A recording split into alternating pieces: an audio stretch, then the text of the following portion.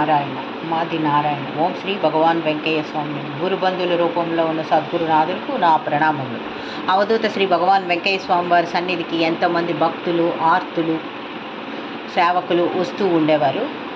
ఒకసారి వల్లభరెడ్డి ఆదినారాయణ రెడ్డి గారు, ఈయన తులసమ్మ గారి కుమారుడు, స్వామివారి దగ్గరికి వచ్చారు. వీరు వస్తూ ఉంటే స్వామివారు ఇలా అన్నారు, తెల్లక పేపర్ తీసుకో, నీకేం కావాలో రాసుకోవయ్యా, చెల్లిపోతుంది అని స్వామివారు అతన్ని చూస్తూ అన్నారు.